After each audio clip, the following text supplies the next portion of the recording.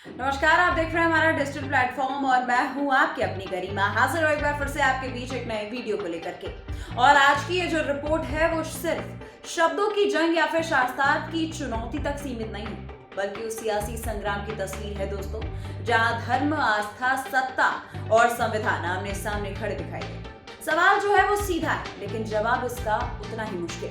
आखिर इस पूरे टकराव में आखिर सही कौन है? बागेश्वर धाम सरकार पंडित वीरेंद्र कृष्ण शास्त्री या फिर छत्तीसगढ़ के पूर्व मुख्यमंत्री भूपेश बघेल? हम आपको बताएं दोस्तों कि इस टकराव की शुरुआत तब हुई जब भूपेश बघेल ने सार्वजनिक मंच से कथावाचकों और धर्मगुरुओं पर सवाल उठा दिया। उन्होंने कहा कि देश में कुछ लोग धर्म के नाम पर अंधविश्वास फैला रहे हैं और उस राजनीति का नाम बना रहे हैं।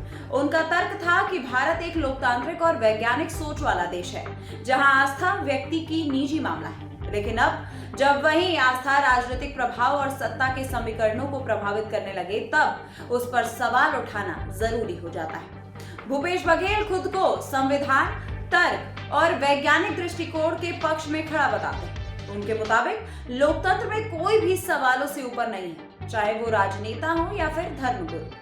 और यही जो बात है वो इस सियासी संग्राम की पहली लाइन बन जाती है। लेकिन दोस्तों, यहीं से कहानी का जो दूसरा अध्याय है वो भी शुरू होता है।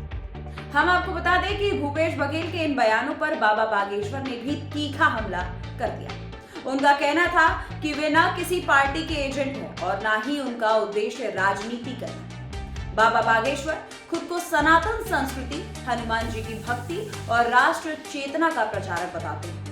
उनके अनुसार जिसे कुछ लोग अंधविश्वास कह रहे हैं, वही करोड़ों लोग की आस्था है, वही उनकी सांस्कृतिक पहचान भी है।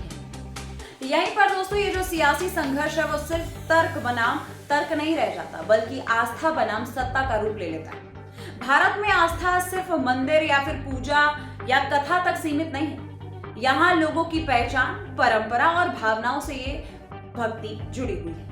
बाबा बागेश्वर के समर्थक कहते हैं कि जब कोई धर्मगुरु भक्ति और संस्कृति की बात करता है तो उसे राजनीति एजेंडा बताना उन करोड़ों लोगों की भावनाओं पर सीधा हमला होता है जो उस आस्था से जुड़े हुए होते हैं। इसके बाद की जो टकराव है दोस्तों वो धीरे धीरे और तीखा होता गया जब भूपेश बघेल शास्त्रार्थ की खुली चुनौती देते। वे बाबा बागेश्वर को छत्तीसगढ़ आने और वहां के साधु संतों व विद्वानों के साथ शास्त्रार्थ करने की बात करते हैं। ये जो चुनौती है वो सिर्फ धार्मिक नहीं बल्कि वैचारिक है। भूपेश बघेल यहाँ पर ये संदेश देते नजर आते हैं कि ज्ञान, प्रभाव और सत्य का दावा मंच और भीड़ से नहीं बल्कि संवाद और तर्क से साबित होना चाहिए। लेकिन इसी मोड़ पर बाबा बागेश्वर का पक्ष और मजबूत होकर के सामने आता है। उनका यह कहना है कि उनका प्रभाव किसी भी शास्त्रार्थ का मोहताज तो नहीं है। उनका आधार जनता की आस्था है और आस्था को हर बार तर्क की कसौटी पर नहीं कसा जा सकता।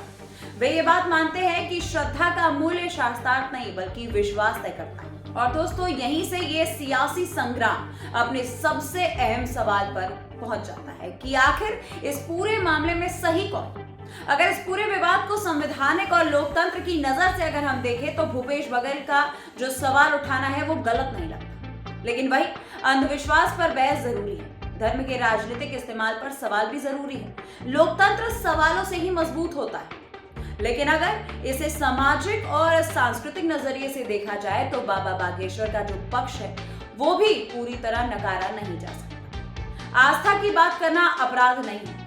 भक्ति और परंपरा को सीधे अंधविश्वास कह देना भी समाज के एक बड़े हिस्से को ठेस पहुंचा सकता है। हर धार्मिक मंच को राजनीति का अखाड़ा बता देना भी सच्चाई का पूरा चित्र नहीं दिखा देता। इस सियासी संग्राम की सच्चाई ये है दोस्तों कि पूरी तरह सही या गलत किसी भी एक पक्ष को कहना सही तो नहीं होगा। असल में टकराव धर्म और राजनीति के बीच नहीं बल्कि उनकी सीमाओं को लेकर के है। राजनीति जब आस्था को वोट के चश्मे से देखती है तो विवाद पैदा हो जाता है और धर्मगुरुओं की जिम्मेदारी तब बढ़ जाती है जब उन्हें ये साफ करना होता है कि उनकी आस्था राजनीति से कितनी दूर है। फिलहाल इतना तो तय है कि बाबा बागेश्वर और भूपेश बघेल की ये जो नोकझोंक है वो किसी एक व्यक्ति की लड़ाई नहीं, ये भारत में धर्म और राजनीति के रिश्ते को लेकर के चल रही उस बड़ी जंग का हिस्सा है जो आने वाले दिनों में और तेज होने वाली है। इस पूरे मुद्दे को देखते हुए आपकी क्या राय है, आप कमेंट करके जरूर बताइए। मिलती हूँ मैं आपसे अगले वीडियो में, तब तक के लिए नमस्कार।